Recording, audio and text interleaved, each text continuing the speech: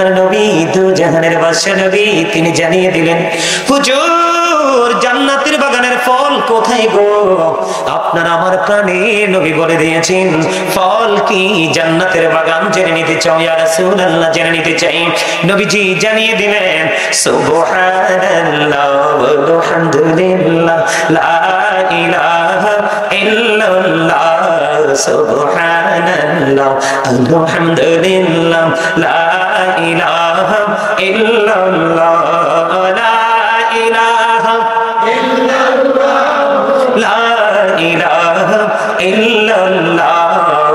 নবী আমার নূরের ফুতুল জগৎ করলেন উজালা, নবী আমার ফুতুল জগৎ করলেন উজালা। রোজ হাসরে করবেন তিনি উম্মতের ফয়সালা। সুবহানাল্লাহ ইল্লাল্লাহ সুবহানাল্লাহ আলহামদুলিল্লাহ লা ইলাহা ইল্লাল্লাহ লা ইলাহা লা ইলাহা ইল্লাল্লাহ। কুরসি কুরসি লৌহ কলম সৃষ্টি জাহান ওসিলা। কুরসি কুরসি লৌহ কলম সৃষ্টি জাহান ওসিলা। নিজে আল্লাহ খুশি হইয়া নাম রাখিলেন হাবিবুল্লাহ। সুবহানাল্লাহ আলহামদুলিল্লাহ লা ইলাহা ইল্লাল্লাহ লা ইলাহা ইল্লাল্লাহ লা ইলাহা ইল্লাল্লাহ। নামের সাথে নাম মিশাইয়া যারে আল্লাহ পাঠাইলা। নামের সাথে নাম মিশাইয়া যারে আল্লাহ পাঠাইলা। নিজে আল্লাহ দোস্ত বলে তাহার প্রেমে মজিলা। সুবহানাল্লাহ আলহামদুলিল্লাহ লা ইলাহা ইল্লাল্লাহ লা ইলাহা ইল্লাল্লাহ লা ইলাহা ইল্লাল্লাহ। শাহাদাতের বাণী ছুটে আসিলেন কামলি বলা। শাহাদাতের বাণী ছুটে আসিলেন কামলি বলা। মক্কাতে ফুটিল রবি নূরে মিন নূরে আলা। সুবহানাল্লাহ আলহামদুলিল্লাহ ইল্লাল্লাহ সুবহানাল্লাহ আলহামদুলিল্লাহ লা ইলাহা ইল্লাল্লাহ লা ইলাহা লা ইলাহা লা ইলাহা ইল্লাল্লাহ মুহাম্মাদুর রাসূলুল্লাহ সাল্লাল্লাহু আলাইহি ওয়াসাল্লাম। রূহের বাজার মানে কি? জিকির, দুরূদ, আল্লাহর গোলামি, আল্লাহর স্মরণ করা, রাসূলের স্মরণ করা, এটাই তো। এই যে জিকির, জিকির করলে কি লাভ হয় জানেন?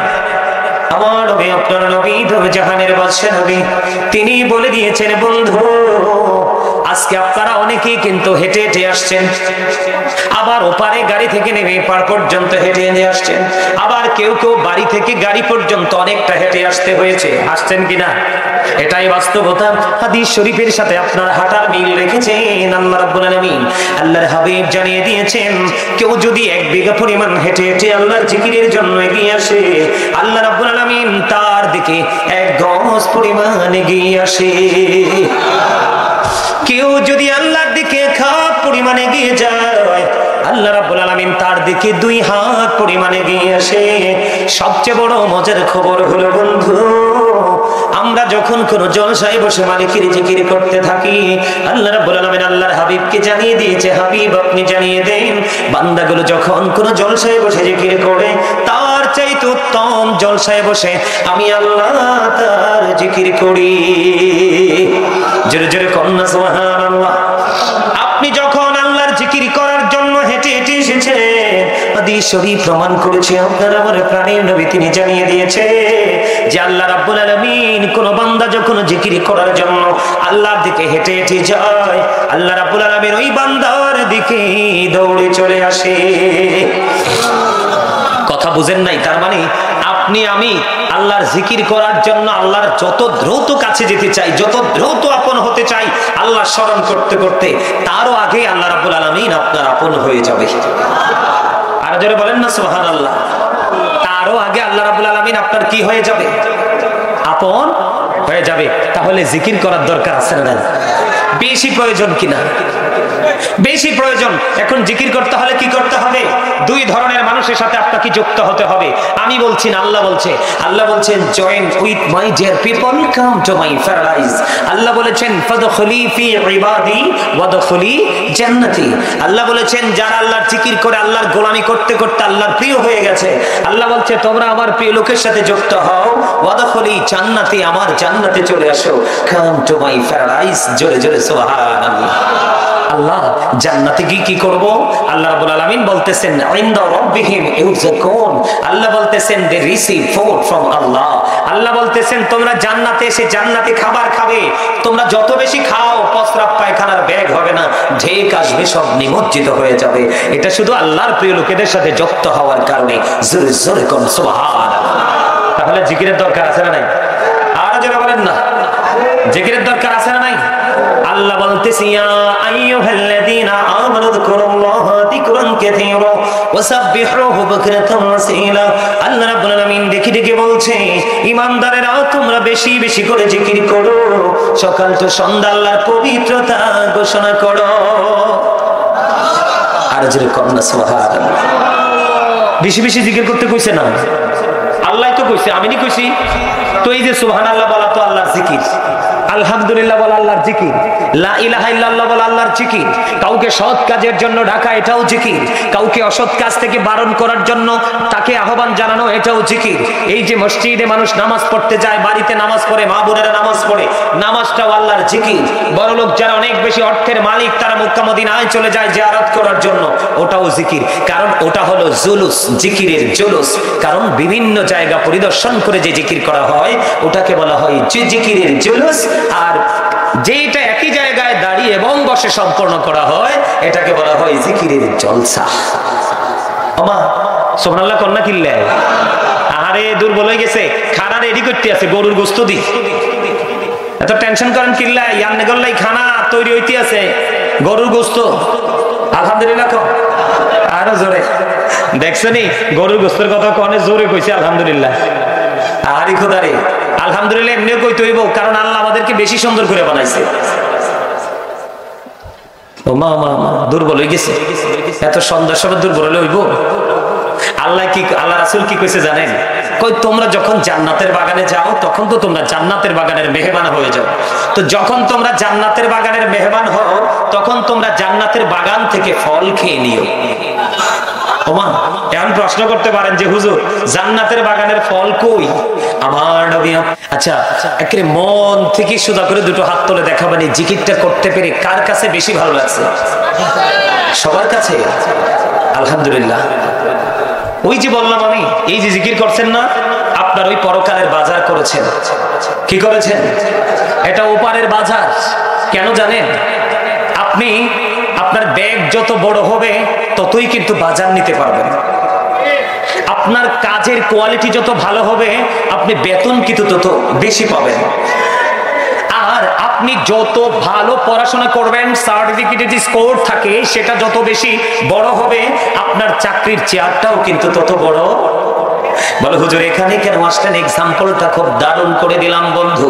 তার কারণ হলো আমার নবী, আপনার নবী তো জাহানের বাদশা নবী, তিনিই বলে দিয়েছেন জিকিরটা জবান দিয়েও করা যায়, অন্তর দিয়েও করা যায়। তবে জবান এবং অন্তর মিলে যে জিকির করা হয় এটার চাইতে উত্তম আর কোনো জিকির হতে পারে না। ও পীর কাশিমপুর কাদরিয়া দরবার শরীফ সংলগ্ন আমার ভাই, আমার বাবারা, আমার মা বোনদেরকে ডেকে ডেকে বলবো, বিশেষ করে যুবক বন্ধুদেরকে ডেকে ডেকে বলবো, আপনার আমার প্রাণের নবী তিনি জানিয়ে দিয়েছেন বন্ধু, প্রত্যেকটা জিনিসকে পরিষ্কার করার একটা যন্ত্র থাকে, থাকে কি থাকে না? ও বন্ধু, মানুষের বডির ঘরের ময়লা দূর করার যন্ত্র হলো ওই মাওলার জিকির। জোরে জোরে সুবহানাল্লাহ। এই জন্য রাসূল বলেছেন, তোমরা যখন জিকির করো এমন ভাবে জিকির করো মানুষ দেখলেই যেন তোমাদেরকে পাগল বলে। এই ওয়াজ যদি এখনকার যুবক ছেলেরা শোনে, এরা কইব হুজুরের মনে হয় মাথা নষ্ট হয়ে গেছে, ঠিক না? পাগল বলতে ওই যে এলোমেলো আউলাকে সে পাগল বেশে ঘুরে, ওই সমস্ত সব চিনে না, টাকা চিনে, ওই পাগল না আবার, ঠিক কিনা বলে? ওইটা শুধু জিকির কিনবে, জিকির চিনবে, টাকা দিলে টাকা নেবে না, ঠিক না? ঠিক কেমন পাগল, সব দিকে সব ধরনের জলসা আছে আর একদিকে চলছে জিকিরের বাজার, ওই পাগল কিন্তু সেই বাজার বাছাই করে নেবে। কথা বল না কেন? আল্লাহ রাসূল বন্ধু অত্যন্ত চমৎকার ভাবে আমাদেরকে ট্রেনিংটা দিয়ে দিলেন।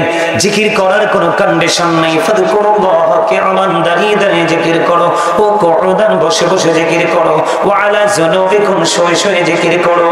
তারপরেও জিকির বন্ধ করা যাবে না বন্ধু। এই জিকির আপনার মনের ঘরের ময়লা দূর করে দেয়।